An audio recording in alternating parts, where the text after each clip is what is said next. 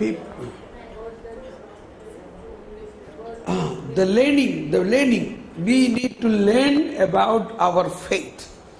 So from childhood onwards, my parents gave us this teaching. And so when I grew up, this teaching began to sprout out and began to produce a lot of good things. So today, what I wanted to say is all these retreat centers is the work of the Holy Spirit to grow in an adult education of faith. When we were children, we got catechism. But that time we were, you know how we learned the catechism and how it was taught to us. We were not in a real, we understood something for that time. But that is a very childhood level. That's why St. Paul says, when you are a child, you learn like a child, you convince like a child. But when you grow up, we need to have an adult understanding of our faith. This is what now the Holy Spirit is developing. But for this, we have to grow more. Even the teachers, even the catechism teachers. You know, the church, here I am not criticizing, I am just telling you a reality. We were focusing somehow on schools and education. That is good. Education is important.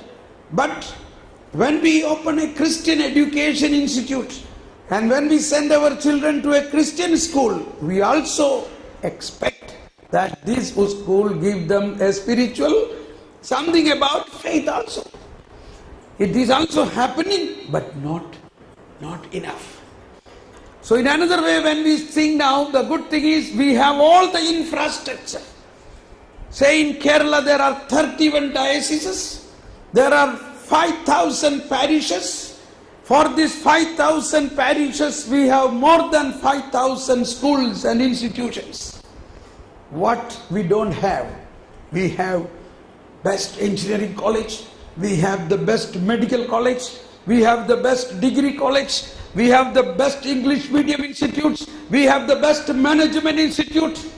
But what we don't have is one Bible college. We have here a Bible college in Divine Center, but is there any diocese has one college? This is what we need to have. Jesus said, man is not living with bread alone, but with the word of God coming from the mouth of God. It is not only Kerala, it is for the whole church. We have received faith 2,000 years back.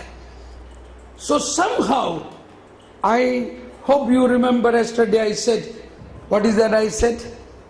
What is the meaning of this? What is the meaning of this? Right hand is wisdom of God and left hand is wisdom of the world.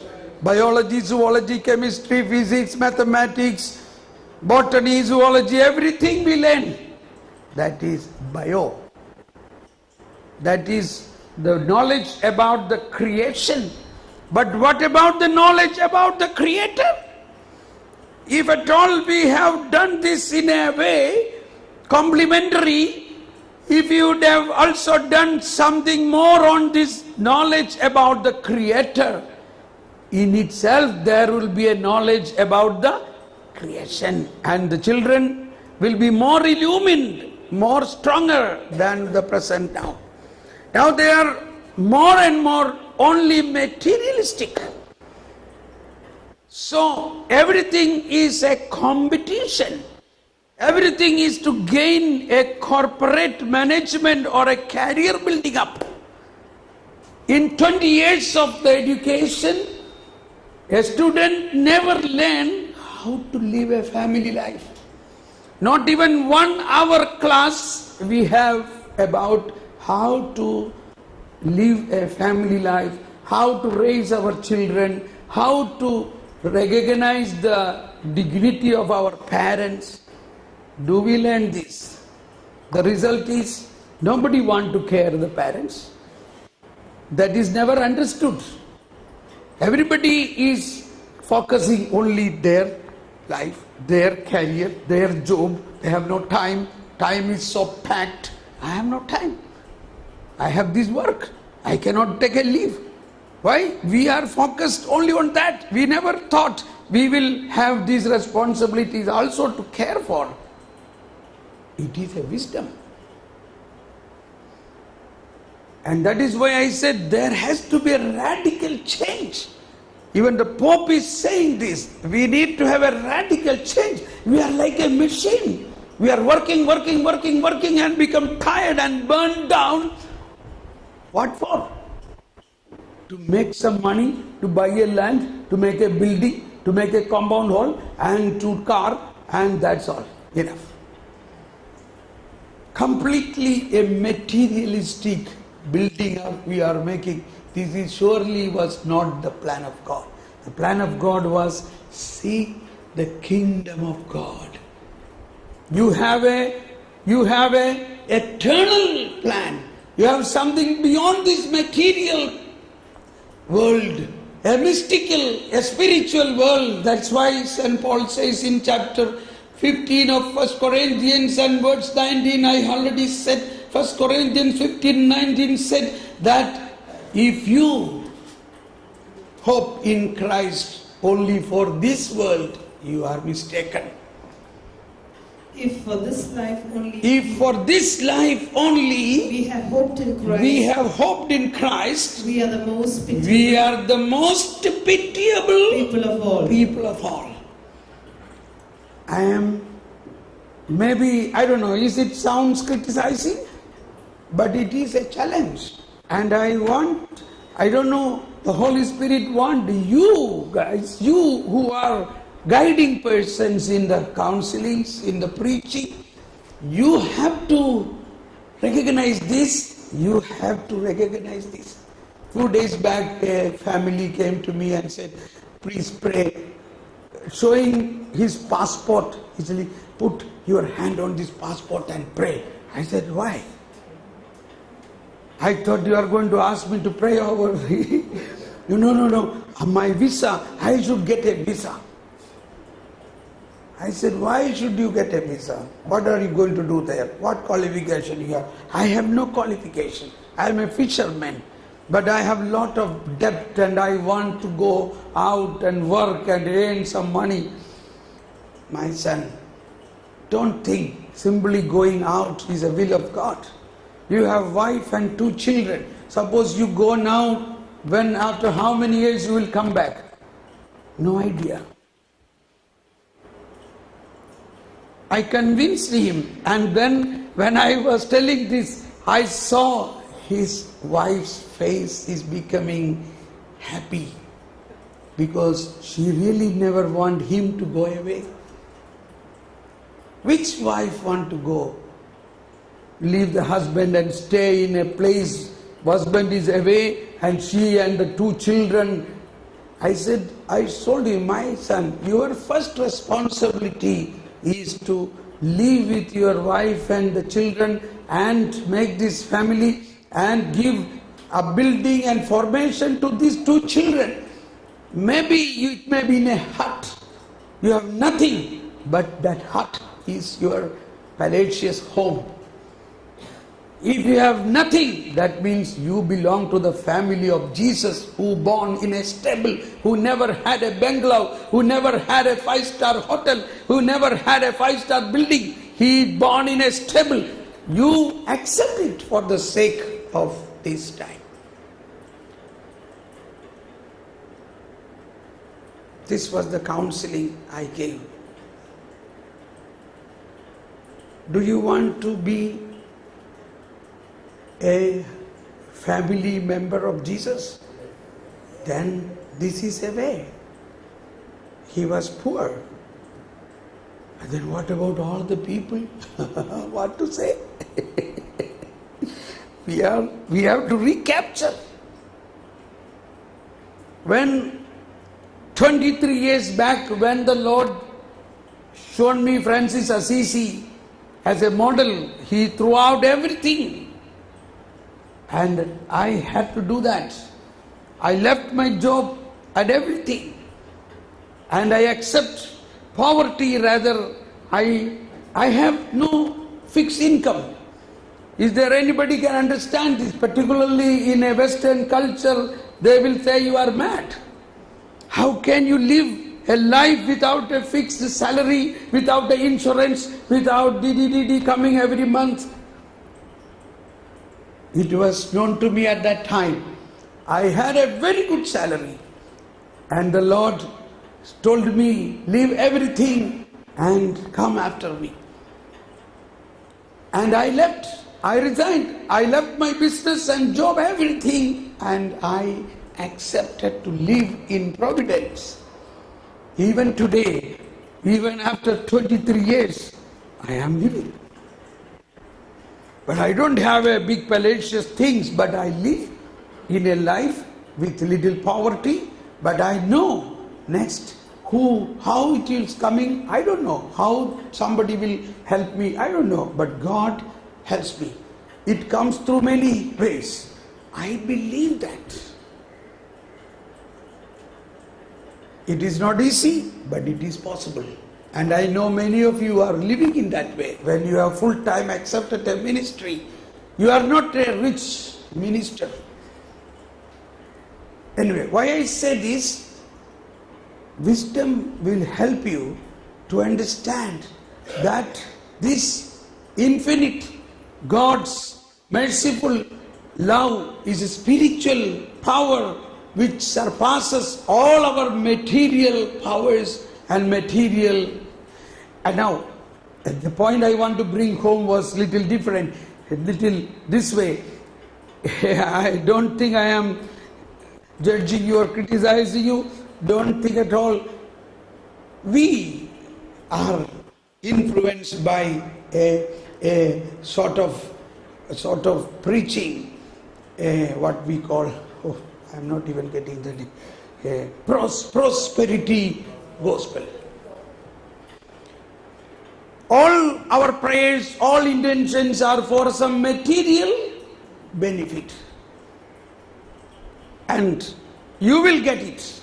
But then what we miss there is, when I aim for a material benefit, I am losing the mystical, spiritual revelation. I am not getting a spiritual revelation.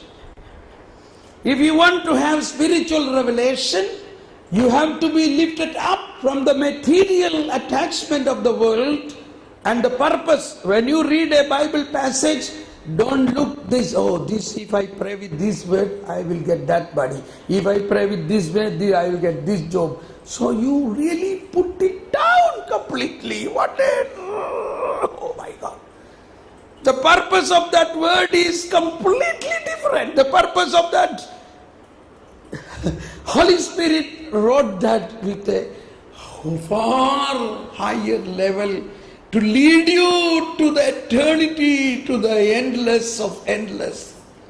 But I think, I want now 100,000 or 1 lakh rupees. For this, I need to pray with this word.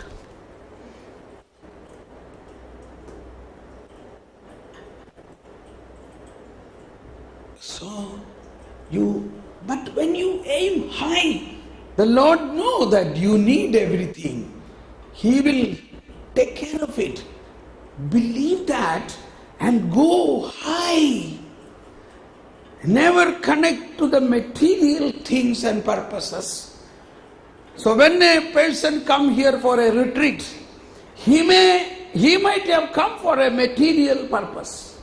But you have to bring through your door and send him to spiritual purpose.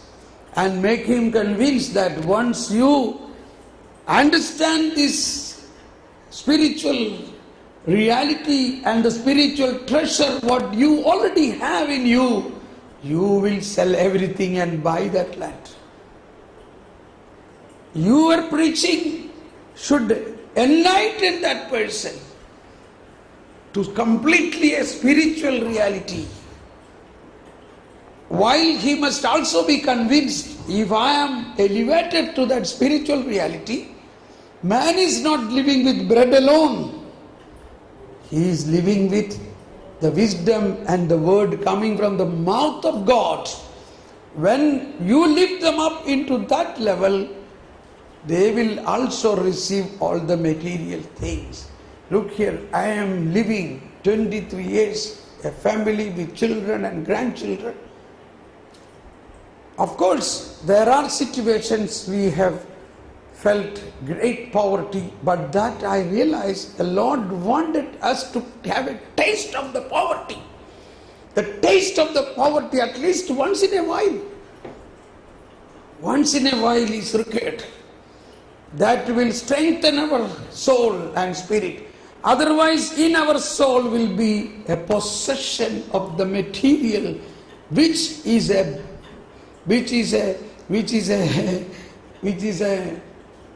what we say, I don't want to say the word block, because God's power cannot block anything. But we are not able to get revelation about God. More God want to reveal.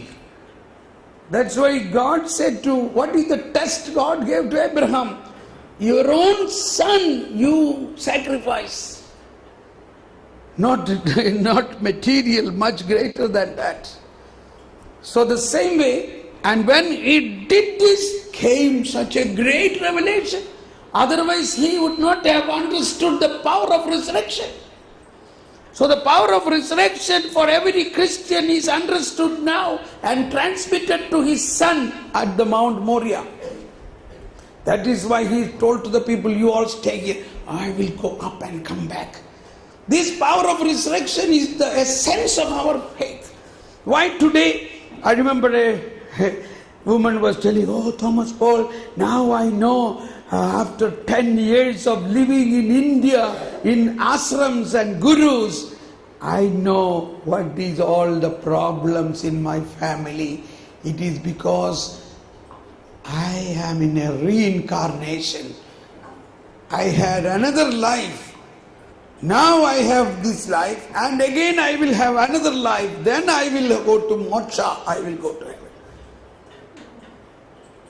I said, Madam, are you a Christian? Yes, I am born Christian. And what do our faith says? Do you know, we are created by God in God's own image, not the image of an elephant or a monkey, but the image of God. And what is the speciality of the image of God? It's a person. And this person has a likeness of God. And what is the likeness of God? God is eternal. Means God is having only one life, and that is a never-ending life. If you want to have another life, your life should end. What are you talking? I don't understand this. That's the point. If you would have understood this, you would not have believed in the reincarnation. How could you believe in reincarnation? Because you never knew what is your status. Your present status is this, that you have a never-ending life. Then how will you have reincarnation? Thomas, explain me. Sit down. Then I said, you come for a seminar like this, then only you will understand this more. It is a wisdom. You have to pray more for wisdom. Then you will realize you are like God. You are not like a monkey. You are like God. You are eternal. Your life never ends. You are made for eternity. She knelt down there and said, I am sorry, Lord. What a misunderstanding. My dear friends, majority people don't understand this aspect of our life, that we are already eternal by birth, by God's creation. Even after the original sin, our eternity never tarnishes. God knew that this is going to happen before God created us. So He already made a plan to recreate us. You know, a point. What happened when Adam and Eve committed the sin? Did God punish them? No. They were sent out from the Garden of Eden. Was it not a punishment? So Lord God saw them dressed with some leaf and all. Said, what happened to you? You are my children and you are wearing such a dirty dress. You have done something wrong. Okay. Only what I want to say something. And then the Lord God made a leather jacket and clothed them. How He made a leather garment for them? Kill the lamb. That is not written there, but we hope. So the lamb entered into the salvation mystery. But one thing God did, these people have to be protected. Lord God made leather garment for Adam and Eve and covered them much better. This is the beginning of the justification of God, the righteousness of God. This was a garment of righteousness. And then the Lord God said, these people have become like us. They should not now eat from the tree of life and become immortal. So the Lord God sent them away. What does that mean? What happened if they eat from the tree of life and become immortal? Genesis chapter 3, 21 onwards. Yeah. Everybody take a note. Read it louder. Genesis chapter 1, 21. 21. Okay. For the man and his wife, the Lord God made leather garments, with which He clothed them. Then the Lord God said, see, the man has become like one of us, knowing what is good and what is bad. Therefore, he must not be allowed to put out his hand to take fruit from the tree of life. Also, and thus eat of it and live forever. Live forever. See. Point. What is that? The Lord said, now they should not stretch their hands to the tree of life and pluck and eat and live forever. Now what will happen if they live forever? Isn't it good? What is the meaning of that? Live forever, they will become immortal.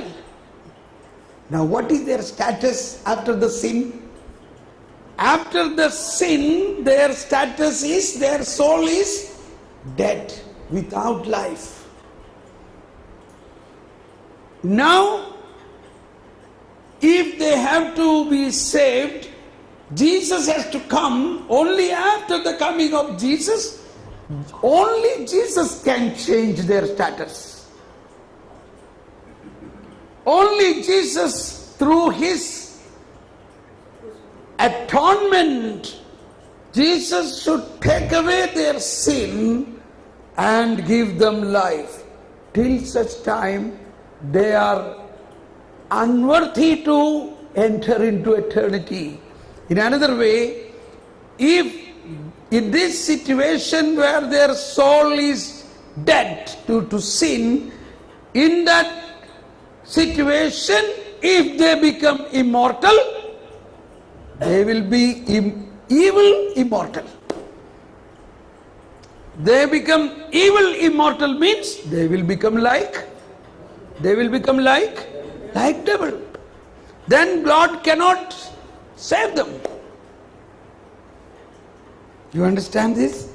Their status is they are already in sin and they are dead. That is how death entered into humanity. The wages of sin is death. Now this can be changed only through Jesus Christ. But before that, if they eat the fruit of the tree of life and they become immortal, they become dead immortal. They become evil immortal. Then the Lord cannot save them. They cannot be converted. They cannot receive the salvation. Therefore the Lord God, therefore you don't stay here. Please go away. If you stay here, you will pluck out that and then I cannot help you thereafter. So therefore, go. Wait till such time the Savior come. People think when the Lord God sent them out of the garden, it was a punishment. Because we have a habit, when I was a boy, if I don't do my homework and go to school, the teacher used to send me out of the class. These are the punishments we are familiar with, correct? That is what we remember when somebody was sent out. That means it's a punishment. This was not a punishment. This was to save them. If they remain there, and if they by chance happen to pluck the fruit of the tree of life and eat, they will become immortal. They will become dead immortal. They will become evil immortal, and so they will become like devil. So from this is the proto-evangelium. This is the first gospel. God wanted to save them always. God never punished them. Lord God is not a punishing God. God is a saving God. So the basic funda is right in the Genesis. If anyone think, reading this text, oh God punished them, then the whole developments will be based on a punishing God. Now your data is completely changed. You have to restart your computer with this new software. What is this new software? The Lord God sent them out of the garden so that they should not eat the tree of life and become immortally dead. They were sent out so that they be protected, they be saved. They should not enter into such a damned situation. Let us thank God and praise God a moment. Praise you, Jesus. Thank you, Jesus. Praise you, Jesus. Hallelujah, Lord. Praise you, Lord. Thank you, Lord. Praise you, Lord. Thank you, Lord. Say loud, hallelujah. Hallelujah. Hallelujah. Hallelujah. Shala halabala. Let us praise God for all what you have heard now. Let us thank God for all God has revealed to you now. Praise the Lord. I hope everybody understood all what I said. Yes or no? You know why you understood this? Because the whole yesterday we were praying for wisdom. As preachers and counselors, I would advise you, by your explanation, they may not understand many things. You will speak and speak and speak. Finally, they will be fed up of your speaking. Yes, I understood. But instead, pray for them. Not only tell them about wisdom, sit few minutes with them and pray, Lord, fill her with your wisdom. Holy Spirit, open the wisdom. Wisdom is already in her because God is in her. Holy Trinity is in them. So wisdom is in them. Open up the wisdom first. And then they will understand your counselings. Then they will understand the words of wisdom, what you speak to them. This can be a way for you to improve your counselings and your preaching. Because, I don't know, somehow in the charismatic renewal, we never take a class of wisdom. We speak love of God, sin, repentance. But in the Bible, the whole Bible, so many books of wisdom, then why don't we take a lesson of wisdom? And my discovery is, originally Catholic charismatic renewal had a Protestant influence. I say only influence, correct? So we even copy some of their subjects. Love of God, Jesus Savior, sin, repentance and Holy Spirit. One day retreat is over. And that was their pattern, because they never had a book of wisdom in their Bible. Praise the Lord. They have no book of wisdom. So if you copy them, what you lose is the teachings of wisdom.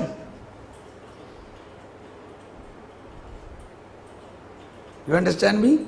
I am not criticizing, but I am putting a point.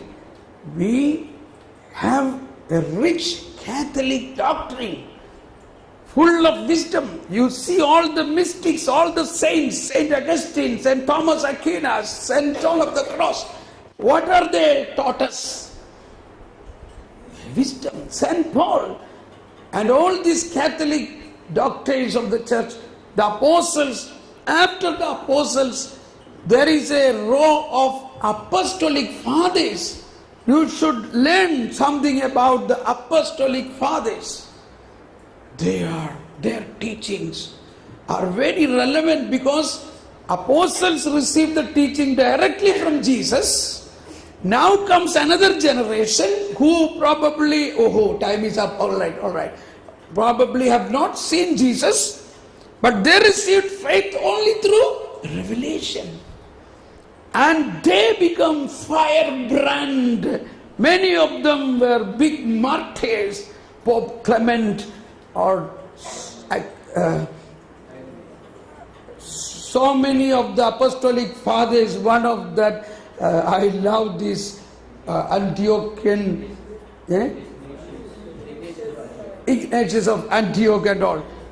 And these are very important point to learn about the fathers of the church. And that also, apostolic fathers means they are the first 5 or 6 or 7, I don't know, 5, maybe 5 apostolic fathers.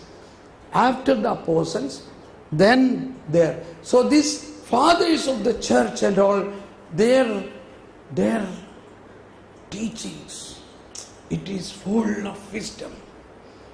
And when you read, you will love this theme, how wonderful they explain the mystery with the wisdom of God. Okay, we stop here. I really wanted to have a late coffee break, because many people said the hot